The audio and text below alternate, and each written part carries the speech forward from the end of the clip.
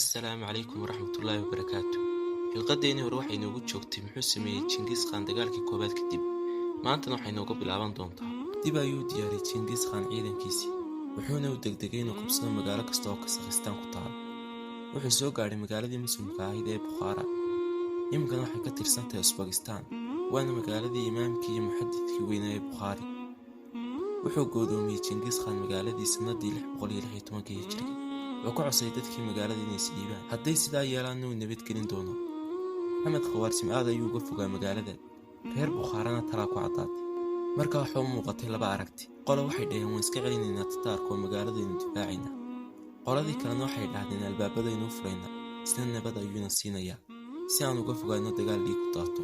talow ummadaas muslimka ah miyaanay garanayn in gaal magacu doonaha wato waqtigu doonana ha joogee, inaanu ballan iyo abhin midna aqoon. ma ogeen miyaa in Allah quraankiisa ku yidhi لا يرقبون في مؤمن إلا ولا ذمة وأولئك هم المعتدون.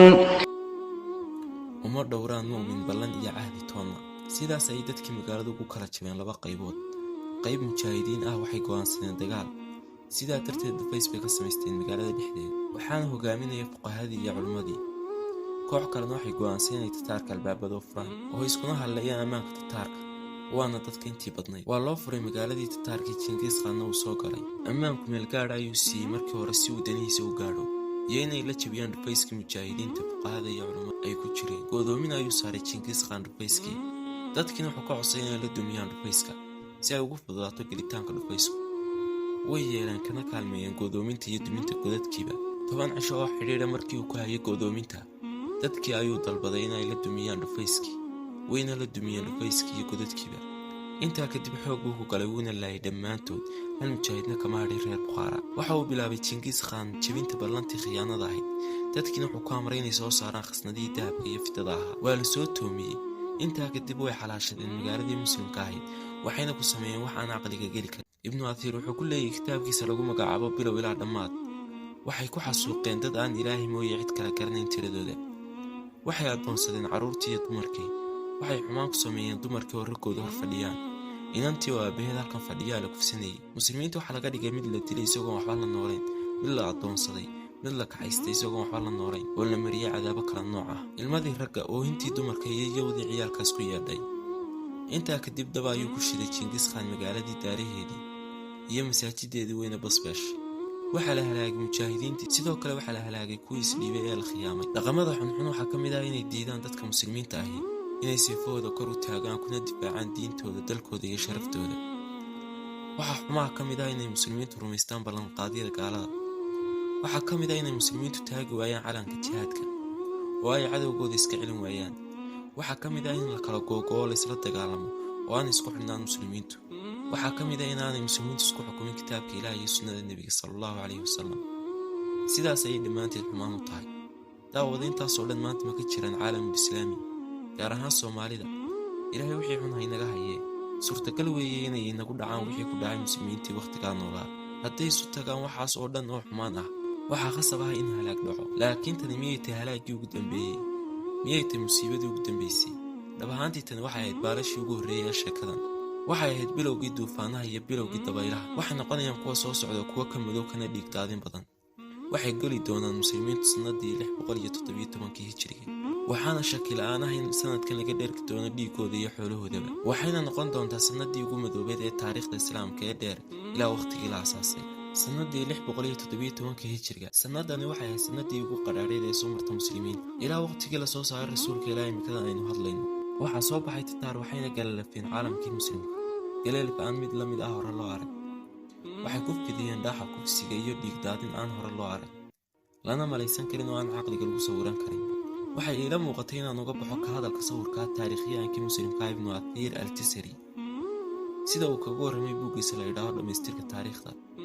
sababtaan u soo qaadanaya hadalkiisa waa inaan kaga kalsooni badanahay cid kasta, maadaama uu noolaa casriga. waxa uu leeyahay ibnu Athiir isagoo u sharaxaya warkii Tataarka, wax badan baan ka gaabsay ka warranka taariikhdan weynaanteeda darteed, waanan karahsanaya sheegsheegisteeda. waana kuma kan ay u fududahay inuu qoraa hoogga muslimiinta. waxay igu kalifeen inaan qoro taariikhdan koox asxaabteeda ka mid ah, sidaa darteed waxaa ii muuqday ka tegisteedu inaanay wax faa'iido ah lahayn. qaybtan waxaynu kaga hadli doonaa dhacdadii weyneed iyo musiibadii ballaarneed ee ku habsatay muslimiinta. dhammaan adduunweynaha gaar ahaan muslimiinta haddii uu qof odhan lahaa caalamka laga bilaabo maalintii aadan la abuuray ilaa maantadan aynu joogno sida loo imtixaamay hore looguma imtixaamin run ayuu sheegi lahaa. taariikhda wax la mid ahi ma soo marin xitaa wax u dhow. waxyaabaha ugu waaweyn ee la sheego waxaa ka mid ah wixii uu ku sameeyey buktinisaar reer bani israa'iil ee xasuuq ahaa iyo burburintii baytulmaqdis. wuxuu burburiyey baytulmaqdis laakiin kuwa nacdashu kusoo degtay waxay burburiyeen magaalo mid kastaa tahay baytulmaqdis oo la labanlaabay. dilkii loo geystay reer banu israa'iil waxaa ka badnaa dilkii tataarku u geysteen magaalo qura. waxaa laga yaabaa in aanu basharku arki doonan dhacdadan oo kale inta caalamku ka gabagaboobayo oo ay kasoo baxayaan yuug iyo yamaa'iyu. dajaal miya isagu wuxuu nabadgelinaya cidda raacda wuuna laynaya cidda raaci weyda. cid walbana layn maayo waa ciddii ilaahay gacantiisa ku qoro. balse tataarku cidna may sii deynin. waxay leynayeen dumarka iyo carruurta.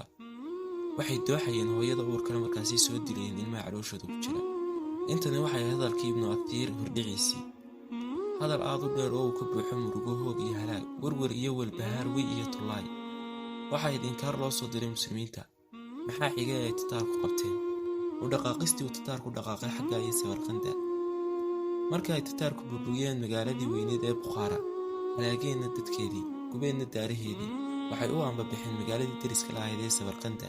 waxay wataan tataarku maxaabiis aad u tiro badan oo muslimiin ah ayna ka soo kaxaysteen bukhaara. waxa uu leeyahay ibnu athiir waxay u soo kaxeeyeen sida ugu foosha xun. mid kasta oo socodka ka daalana way dilayeen. waxay wataan maxaabiista. sababaha la sheega way badan yihiin waxaana ka mid ah 10 kasta oo ka mid ah maxaabiista waxay u dhiibayeen calan ay tataarku leeyihiin oo ay kor u taagaan.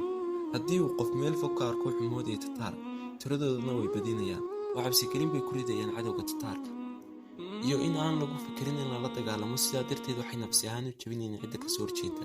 sidoo kale waxay ku khasbeen inay dagaal kala qayb qaataan. qofkii diida ama ay sidhaahdaan dagaalka ma geli karaana way dilayeen. sidoo kale waxay ka dhiganayeen muslimiinta gaashaan ay iskaga dhigaan warmaha iyo leebabka. waxay maxaabiista istaajinayeen safka hore ee dagaalka iyaguna dabadooda ayay ku dhimanayeen. warmaha iyo leebabkana halkaas ayay kasoo tuurayeen. sidoo kale waxay ku gowracayeen magaalooyinka hortooda si ay argagax u geliyaan dadka kasoo horjeeda iyo fariin ah inay sidaas u dambayso haddii ay isku dayaan inay la dagaalamaan. haddaynu halkaa kaga nimaadno arrinta maxaabiista, haddaba xaaladda samarqanda siday ahayd? waxay ahayd magaalada samarqanda magaalooyinka ugu casriyaysan muslimiinta ee ugu weyn. waxay lahayd meelaha dhufaysada laga dhigto ee ugu wanaagsan xilliga dagaalka iyo jarar aad u dhaadheer. oo uga tegay maxamed khawaarsi magaaladan 50,000 oo askari si ay u ilaaliyaan. marka loo eego meesha ay magaaladan ku taallo waxay u dhigmayaan 50,000 oo askari 100,000 oo askari, laakiin ciidanka laftiisa ayay masiibo ku dhici doontaa. maxamed khawaarsimina wuxuu fadhiistay caasimadda orjanda. waxa uu soo gaadhay Jingis Khan magaaladii samarqanda, dhinac kastana uu ka goodoomiyey. waxaa waajib ahayd inay u soo baxaan ciidankii lagaga tegay magaalada, laakiin nasiib darro waxaa quluubtoodii buuxisay argagax iyo baqdin. waxay isugu dhejiyeen nolosha si aad u liidata. way iska diideen inay difaacaan magaalada muslimka ah. waxaa isu soo baxay dadkii magaalada markii ay arkeen in ciidankooda ay kasoo taagan yihiin inay difaacaan dalkooda iyo dadkooda. arrintii bay rogrogeen. qayb ka mid ah dadka oo xamaasadaysan una badan rayidkii magaalada waxay go'aansadeen inay tataarku baxaan iskana celiyaan. waxaa isu soo baxay 70,000 oo geesiyadii dalka. waxaa ka mid ahaa raggii dhiigga lahaa. waxaa sidoo kale ka mid ahaa raggii cilmiga lahaa. dhammaantood waxay soo baxeen iyagoo lugaynaya, mana haystaan fardo iyo waxay fuulaan oo kale. tababar dagaal ma haystaan, khibrad militarin iska ilow. laakiin waxay samaynayeen waajibkii ay gudan lahaayeen ciidankii musiibadu ku dhacday ee calankoodu jabay. markii ay arkeen tataarkii reer samarqanda oo isu soo baxay, waxay go'aansadeen inay khiyaameeyaan, weliba khiyaamo khatar ah. waxay isticmaaleen tataarku qorshe militari oo halis ah. dib u garasho ayay sameeyeen si ay mujaahidiintu uga soo fogaadaan magaalada. sidaa darteed tataarku way yaaceen iyagoo ciidamadoodiina barqariyey. way guulaystay khiyaamadii tataarku wayna baacsadeen mujaahidiinta ilaa ay magaaladii kasoo fogaadeen. kadib waxaa mar qura isku geedaamay ama isku wareejiyey ciidankii tataarka mujaahidiintii reer samarqanda. dhammaantood way laayeen 70,000 kunna way shahaado qaateen. waxay muslimiintii reer samarqanda ku waayeen 70,000 oo mujaahid. waxay mar labaad saareen tataarku go'doomin reer samarqanda. waxay ciidanku sheegi go'aansadeen go'aan aad u liitaan. waxay go'aansadeen inay tataarka nabad weydiistaan, iyaguna ay albaabada u furi doonaan, iyagoo garanaya in aan tataarka ballan iyo heshiis midna ku xidhmin. wayna garanayaan dhacdadii bukhaara ka dhacday kamana foga dhul ahaan iyo taariikh ahaanba.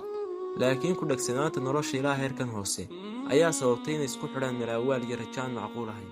laakiin ciidan ay uga qurux badantay inay dagaalamaan inay isdhiibaan, naftoodana been u sheegay tataarka ma hor istaagi kartaan. tataarkiina way la qaateen inay ammaan siin doonaan, ciidamadiina albaabadii magaalada ayay u fureen tataarkii. kamay xishoon allihii abuuray, kamanay xishoon shacabkoodii iyo hooyooyinkii masaakiinta ahaa, carruurtii iyo waayeelkii midna kamay xishoon. waxay ahaayeen ciidankii maxamed khawaasim kuwo markay shacabkooda la joogaan libaaxya ah, markii cadowgooda is arkaanna garooyooyin ah. magaaladii ayay u fureen tataarkii, wayna uga baxeen.